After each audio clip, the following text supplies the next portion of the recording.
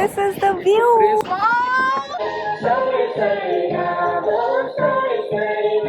आ रही है स्टीम वाली, धुआं उड़ाते हुए चलती है स्टीम वाली।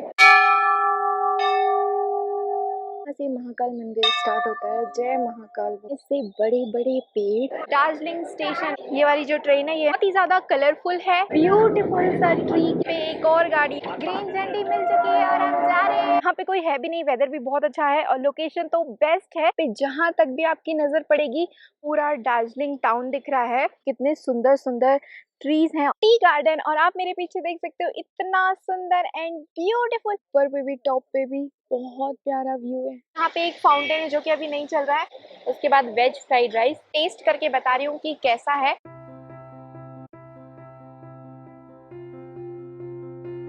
तो hello everyone and welcome back to my channel, और मेरा नाम है आरती और आप सभी का स्वागत है मेरे चैनल में जिंदगी विद आरती। सो आप सभी को पता है मैं जस्ट अभी दार्जिलिंग घूम के आई हूँ और मैंने दार्जिलिंग की बहुत सारी सीरीज बनाई है, बट उसमें मुझे बहुत सारे क्वेश्चंस आ रहे थे कि दार्जिलिंग में क्या बजट है, क्या प्राइस है, कैसे जाएं, कहाँ घूमें, क्या बहुत सारी चीजें। सो मैंने सोचा कि एक कंप्लीट वीडियो बनाते हैं दार्जिलिंग में घूमने के लिए। आप कैसे जा सकते हैं, कहाँ रुक सकते हैं, क्या खा सकते हैं, क्या है कन्वीनियंट ऑप्शन वहां रुकने का, और सबसे मोस्ट एंड इम्पोर्टेंट सारी चार्जेस डिस्कस कर लेते हैं। और जो मैं आपको यहाँ पे ट्रिक्स दूंगी या जो मैं बताऊंगी उसमें आप बजट में ट्रैवलिंग कर सकते हैं, आपका ज्यादा खर्चा नहीं होगा और कम से कम बजट में आप दार्जिलिंग अच्छे से घूम सकते हैं और एंजॉय कर सकते हैं।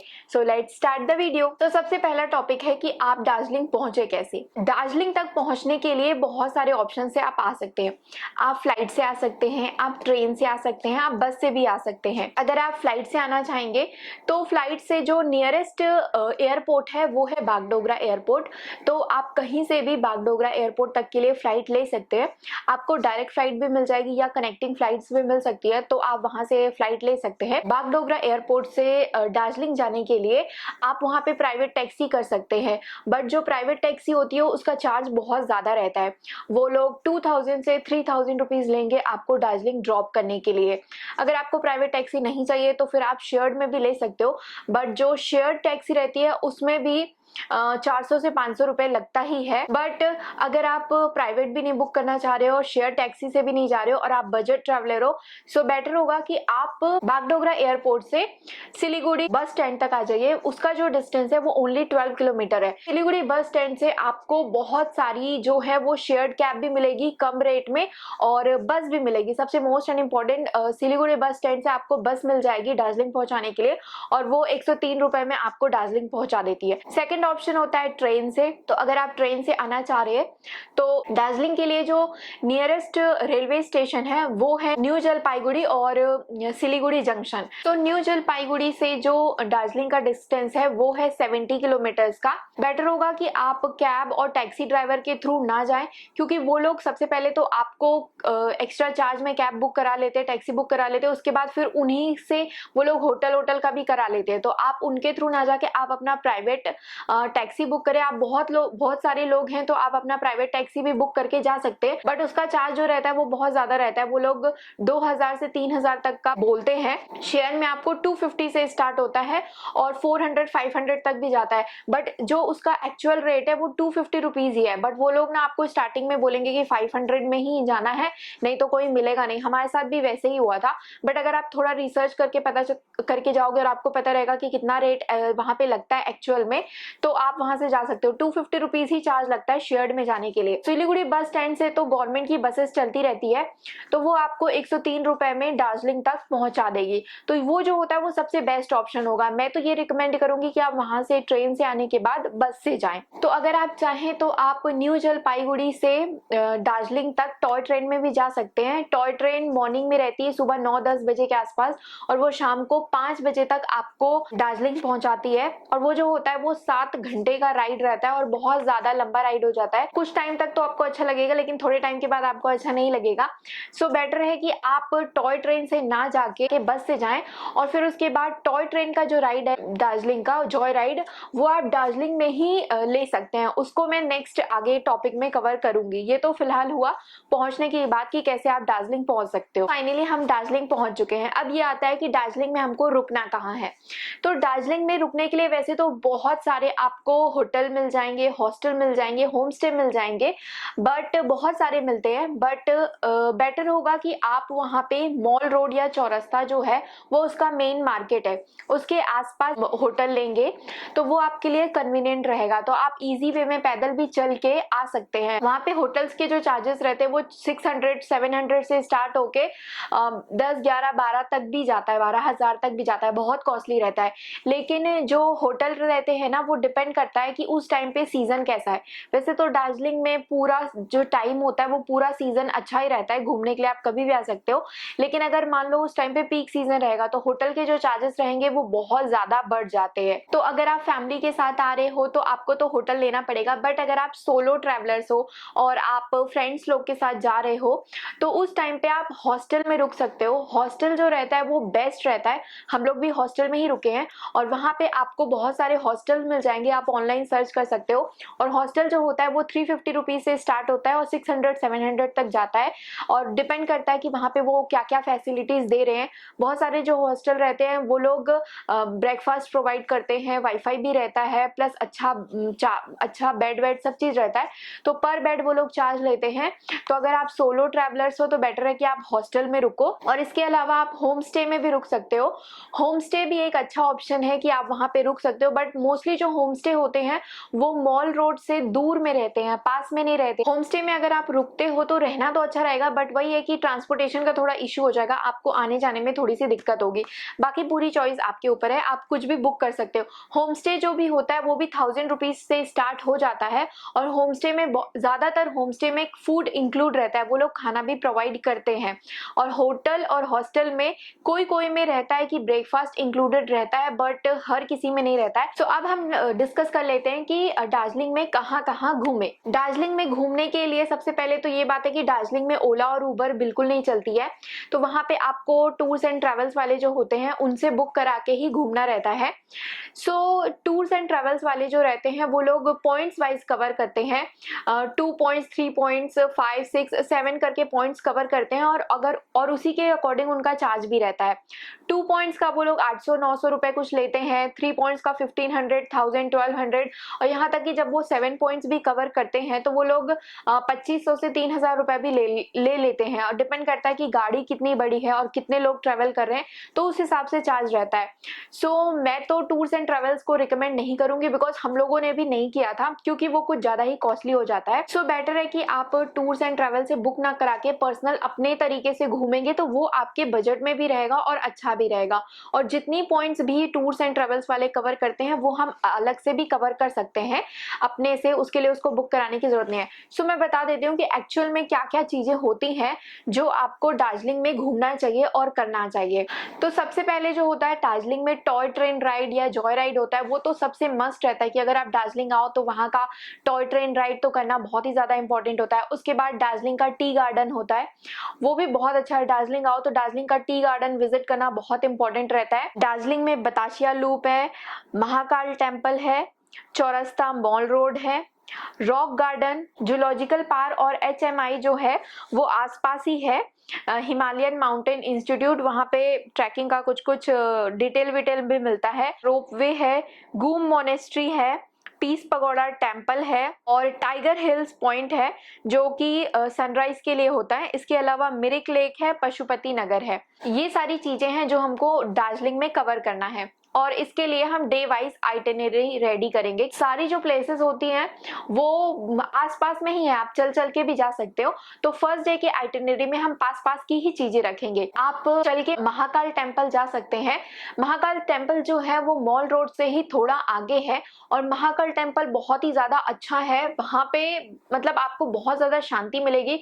थोड़ा ट्रैक करके जाना पड़ता है, चल के जाना पड़ता है। ऊपर जो होता है वो बहुत ही ज्यादा पीस मिलता है वहाँ पे। तो फर्स्ट डे आप ये पास में ही है, चल के जा सकते हैं। आप गूगल मैप में लोकेशन एंटर करेंगे तो आपको पूरा डायरेक्शन मिल जाएगा, और वहां से चल के आप महाकाल टेम्पल जा सकते हैं। चौरस्ता और मॉल रोड जो है वो पूरा सेम ही है, सेम एरिया है, तो वो एक्सप्लोर कर सकते हो आप। मॉल रोड चौरस्ता में आप शॉपिंग कर सकते हो। वहां पे शॉपिंग के लिए न्यू मार्केट है और न्यू महाकाल मार्केट है, तो वहां पे आपको विंटर के क्लोथ्स और गिफ्ट आइटम्स और की रिंग्स बहुत सारी चीजें मिलती है। मॉल रोड में ही आपको बहुत सारी टी शॉप्स मिल जाएंगी जहाँ से आप चाय टेस्ट कर सकते हैं, परचेज भी कर सकते हैं। बट परचेसिंग का वही है कि थोड़ा ना बहुत ज़्यादा कॉस्टली रहता है, वहाँ की जो चाय रहती है वो बहुत ज़्यादा कॉस्टली रहती है, तो मैं रिकमेंड नहीं करूँगी कि आप वहाँ से चाय खरीदें। बट हाँ, टेस्ट कर लीजिए, बिकॉज आप दार्जिलिंग आए तो दार्जिलिंग की जो रियल टी होती है वो तो टेस्ट करना बनता ही है। शाम होते होते थोड़ा टाइम में आप वहाँ का एक बहुत ही ज़्यादा फेमस बेकरी है, ग्लेनरी बेकरी, वो बहुत ही ज़्यादा अच्छा है। वहाँ का जो लोकेशन है वो भी बहुत अच्छा है। अंदर पे ऐसे बास्केट लेना रहता है, बास्केट ले लेके आपको जाके शॉपिंग करना रहता है, फिर वहाँ पे बैठ के आप कॉफ़ी और बेकरी आइटम एंजॉय कर सकते हैं। सो ये नाइट में भी अच्छा रहता है, दिन में भी आप जाओ तो भी बहुत अच्छा रहता है। और वहाँ फोटोशूट का बहुत अच्छा लोकेशन है, तो उधर आप जाएंगे तो आप फोटोशूट कराएंगे। और वो ग्लेनरी जो है वो दार्जिलिंग का बहुत ही ज़्यादा फेमस बेकरी है, तो वहाँ पे तो डेफिनेटली जाना ही चाहिए। फर्स्ट डे वैसे भी आप पहुंचेंगे, आप अपने हॉस्टल में चेक इन करेंगे और फिर उसके बाद खाना वाना खाएंगे, फ्रेश होएंगे और उसके बाद ये सारी चीजें कवर करेंगे, तो इतने टाइम में आपका फर्स्ट डे जो है वो पूरा निकल जाएगा। उसके बाद हम सेकेंड डे का प्लान बताते हैं। सेकेंड डे में आप सबसे पहले टॉय ट्रेन राइड के लिए चले जाएंगे। मॉर्निंग में 9:25 AM को फर्स्ट जो होती है वो टॉय ट्रेन राइड स्टार्ट होती है। जब आप दार्जिलिंग में टॉय ट्रेन जॉय राइड के लिए जाएंगे तो आपको दो ऑप्शन मिलेगा, एक डीजल का मिलेगा और एक स्टीम वाला मिलेगा। स्टीम और डीजल दोनों ऑलमोस्ट सेम ही होता है, रूट और सब चीजें सेम होती है, बस एक स्टीम में रहता है और एक डीजल में रहता है। वैसे भी आप अंदर बैठते हो तो आपको पता भी नहीं चलता, वो बस बाहर से दिखता है। स्टीम वाला जो रहता है उसमें से ऐसे स्टीम निकलती रहती है, तो वो बस बाहर से पता चलता है, अंदर से उतना पता भी नहीं चलता। सो बेटर है कि आप, क्योंकि स्टीम वाला जो रहता है वो 1500 पर पर्सन रहता है और जो डीजल वाला रहता है वो 1000 रुपीज रहता है।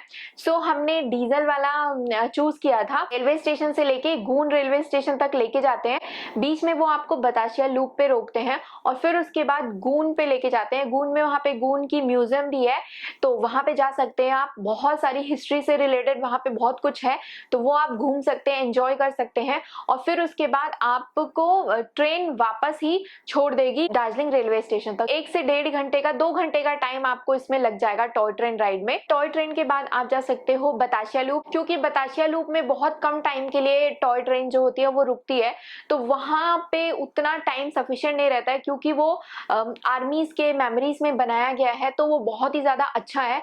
वहां पे मतलब बहुत सारी पिक्चर्स क्लिक कराने के लिए रहती है, आप कंचनजंगा का व्यू देख सकते हैं।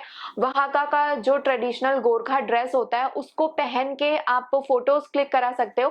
50 रुपीज चार्ज रहता है, तो वो बहुत अच्छी प्लेस है, तो वो आप अलग से भी जाके एंजॉय कर सकते हो। और उसके बाहर ही कुछ कुछ स्टॉल है खाने वाने के लिए, स्ट्रीट फूड का। लंच में आप किसी भी रेस्टोरेंट या होटल पे जाएंगे तो वहां पे आप थुपका ट्राई कर सकते हैं। अगर आप नॉन वेजिटेरियन है तो आप ट्राई करेंगे, क्योंकि वहां का रीजनल फूड है और बहुत ज्यादा अच्छा रहता है।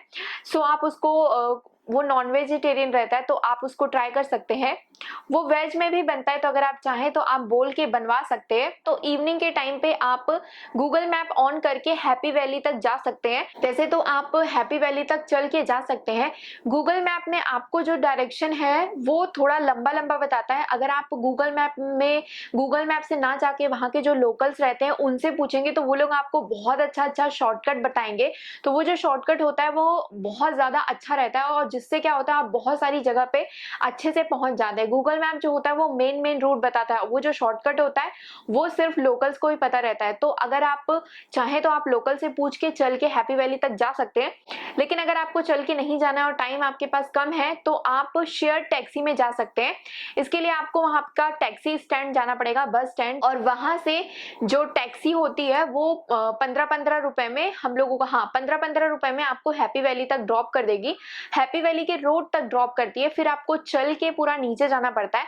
और जब आप चल के नीचे जाते हैं तो आपको बहुत ही ज्यादा सुंदर और अच्छा व्यू मिलता है। तो वो जो होता है वो बेस्ट, अगर आप गाड़ी में जाएंगे तो आप उतना एंजॉय नहीं कर पाएंगे, लेकिन अगर आप चल के जाते हैं तो आप बहुत ज्यादा अच्छा एंजॉय करते हैं। तो ये जो है ये वॉकिंग डिस्टेंस में है, तो आप वहां पे जाके बढ़िया एंजॉय कीजिए, फोटोज क्लिक कराइए। एंड हैप्पी वैली में टी स्टेट का फैक्ट्री है, कैसे टी बनता है, क्या प्रोड्यूस होता है, उसका 100 रुपीज का चार्ज रहता है। तो 100 रुपीज का चार्ज पे करके आप जाके बढ़िया अलग अलग वैरायटी की टेस्ट कर सकते हो, चाय टेस्ट कर सकते हो, और उनका बनने का पूरा प्रोसेस भी रहता है और परचेसिंग भी रहता है, आप परचेस भी कर सकते हो, बट वो इतना ज्यादा कॉस्टली रहता है तो आपको परचेस करने का कोई लॉजिक नहीं बनता। और हैप्पी वैली से आते आते आप इतना थक जाएंगे कि नेक्स्ट आपको कहीं जाने को लगेगा ही नहीं, तो आप मॉल रोड में ही ओपन एयर थिएटर है, वहां पे बैठ सकते हैं। वहां पे हर टाइम पे कुछ ना कुछ एक्टिविटीज होती रहती है, डांस होता रहता है, सॉन्ग होता रहता है, और ऊपर से ठंडा ठंडा मौसम रहता है। वहां पे आप मोमोज, चाय, भुट्टा, ये सब ट्राई करते हुए, पुचका भी होता है, ये सब ट्राई करते हुए मॉल रोड में एंजॉय कर सकते हैं। हर डे के लिए आपको एक बाइक या स्कूटी हायर करनी पड़ेगी, और बाइक या स्कूटी हायर जो होता है वो यहाँ पे रेट जो है वो उसका थोड़ा ज्यादा रहता है। वहां पे 800-1000 रुपए से स्टार्ट होता है, प्लस उसमें आपको पेट्रोल नहीं देते हैं। अगर आपके पास लाइसेंस है तो लाइसेंस डेफिनेटली लेके जाना या फिर लाइसेंस बनवा के जाना, क्योंकि अगर आपके पास लाइसेंस नहीं रहता है तो फिर उसके बाद गाड़ी नहीं मिलती है। तो थर्ड डे में आप एक गाड़ी हायर कर लेंगे, और वो गाड़ी आप एक दिन पहले ही, जब आप मॉल रोड में घूम रहे होंगे उससे पहले ही हायर कर ले, और जो सारी फॉर्मेलिटीज रहेगी वो भी कर लेंगे तो अच्छा रहेगा। नेक्स्ट डे आप मॉर्निंग में ही गाड़ी ले लीजिए, बिकॉज गाड़ी लेने का टाइम 8 बजे रहता है और रिटर्न भी 8 बजे ही करना रहता है। सो आप मॉर्निंग में गाड़ी ले लीजिए, बाइक ले लीजिए। वहां पे वैसे तो स्कूटी भी मिलती है, लेकिन वो क्या है, हिल एरिया है, तो वहां पे क्या होता है, माउंटेन्स पे गाड़ी चलानी रहती है, तो स्कूटी में थोड़ा सा रिस्क रहता है। और इसको एक्चुअली हम लोग स्कूटी हायर करने का सोच रहे थे, लेकिन हिल्स की वजह से वो भैया भी हमको रिकमेंड नहीं किए कि आप लो, और मैं भी, मेरा भी थोड़ा कॉन्फिडेंस डाउन हो गया कि मैं चला पाऊंगी कि नहीं चला पाऊंगी करके मैंने नहीं लिया। सो अगर आप जाएं तो आप बाइक ही लें। बाइक जो होता है वो माउंटेन्स पे चलने के लिए बेस्ट रहता है। बाइक लेने के बाद आप गूगल मैप की हेल्प से जा सकते हैं गूम मोनेस्ट्री। गूम मोनेस्ट्री जो है वो बहुत ही ज्यादा अच्छी प्लेस है, बुद्धिस्ट कल्चर को रिप्रेजेंट करती है, तो बहुत ही ज्यादा बेस्ट है, आप वहां जा सकते हैं। उसके बाद पीस पगोडा टेम्पल भी है वहीं पे पास में, तो वो भी आप गूगल मैप में एंटर करेंगे, लोकेशन आपको पता चल जाएगा। वहीं पे पास में ही सेंट पॉल स्कूल भी है। सेंट पॉल स्कूल में शाहरुख खान की मैं हूं ना मूवी की जो है वो शूटिंग हुई थी, तो अगर आप चाहें तो वो भी देख सकते हैं। उसके बाद आप स्कूटी से ही रोपवे के लिए रंजित वैली जा सकते हैं। रोपवे आपको डेफिनेटली ट्राई करना चाहिए, बिकॉज रोपवे से आपको पूरा दार्जिलिंग टाउन दिखता है और टी गार्डन दिखता है, और उसका 260 रुपीज चार्ज रहता है पर हेड। मॉर्निंग में सुबह 9 बजे से उसकी जो टिकट होती है वो बुकिंग स्टार्ट हो जाती है और 2 बजे तक होती है, और जो रोपवे चलती है वो 11 बजे से लेके 4 बजे तक ही चलती है। उसके बाद आप जाएंगे तो फिर वो नहीं चलता, और मौसम पे भी डिपेंड करता है कि मौसम वहां का कैसा है, क्योंकि वहां का जो मौसम रहता है वो ज्यादातर फॉगी रहता है, तो जिसकी वजह से रोपवे में अगर आप जाएंगे भी तो ज्यादा दिखेगा नहीं, तो उसके अकॉर्डिंग आप प्लान करें। और उसके अलावा अगर आप जाना चाहें तो जूलॉजिकल पार्क भी जा सकते हैं। जूलॉजिकल पार्क और हिमालयन माउंटेन इंस्टीट्यूट वो दोनों आसपास भी है, तो आप चाहें तो वहां पे भी जा सकते हैं। रॉक गार्डन जा सकते हैं। रॉक गार्डन का जो डिस्टेंस है वो थोड़ा दूर में है, तो उसके लिए आपको स्कूटी से ही जाना पड़ेगा, मैप ऑन करके आप जा सकते हैं। रॉक गार्डन में बहुत सारे वाटरफॉल्स हैं और गार्डन है, बहुत ही ज्यादा पिक्चर्स क्लिक करने की प्लेस है।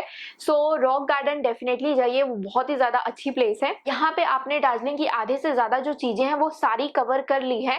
अब अगर आप चाहें तो आप 3 दिन का आइटिनरी कंप्लीट करके जा सकते हैं, या अगर आप चाहें तो आप 4th डे रुक सकते हैं, वो ऑप्शनल है, क्योंकि उसके बाद जो चीजें हम कवर करने वाले हैं वो थोड़ी ज्यादा डिस्टेंस वाली कवर करने वाले हैं। तो अगर आप 4th डे रुकना चाहें तो उसके बाद आप रुक सकते हैं। उसके लिए भी आपको गाड़ी चाहिए होगा। वहां पे टाइगर हिल व्यू पॉइंट है, उसके लिए सुबह 4 बजे से ही उठ के आपको जाना पड़ता है, क्योंकि मॉर्निंग में जब सनराइज होता है तो बहुत सारे लोग उसको देखने आते हैं, तो गाड़ी पार्किंग जो होती है वो बहुत पहले से ही होने लग जाती है, तो आधा 1 किलोमीटर आपको चल के जाना पड़ता है उस लोकेशन पे। वैसे सनराइज देखना अपने आप में ही बहुत बड़ी चीज होती है।